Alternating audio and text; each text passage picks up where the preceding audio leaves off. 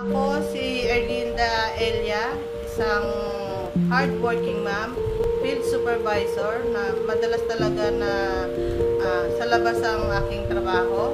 Sa edad kong ito, marami na rin akong nararamdaman, kagaya ng hypertension, high blood. Hanggang sa dumating din sa punto na ako'y magpa-check up sa doktor dahil may naramdaman akong hindi maganda sa aking sikmura.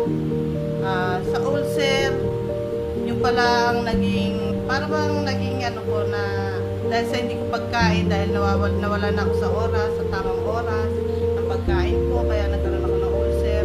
Kaya maraming pinagbawal sa akin ng doktor, tulad ng juice, mga maasim na pagkain, coffee, isa yan ang pinagbawal sa akin ng doktor.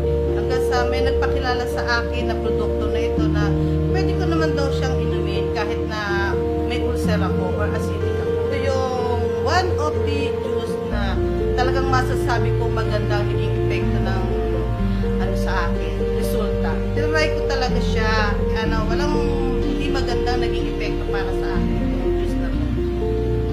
Bawal din sa akin ng coffee, kaya sa akin ngayon meron din nag-offer na mas maganda ang coffee. Kaya nag-try din ako. Everyday iniinom ko siya. Talagang herbal siya.